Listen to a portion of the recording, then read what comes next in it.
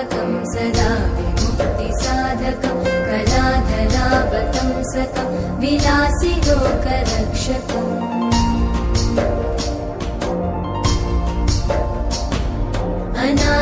अनायकैकनायकं विनाशिते भदैत्यकं नताशुभाशुनाशकं नमामि तं विनायकम्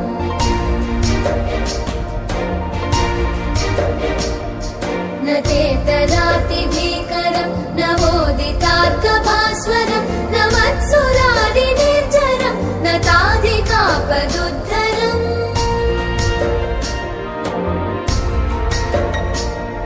सुरेश्वरं निधीश्वरं गजेश्वरं गणेश्वरं महेश्वरं तमाश्रये परात्परं निरन्तरम्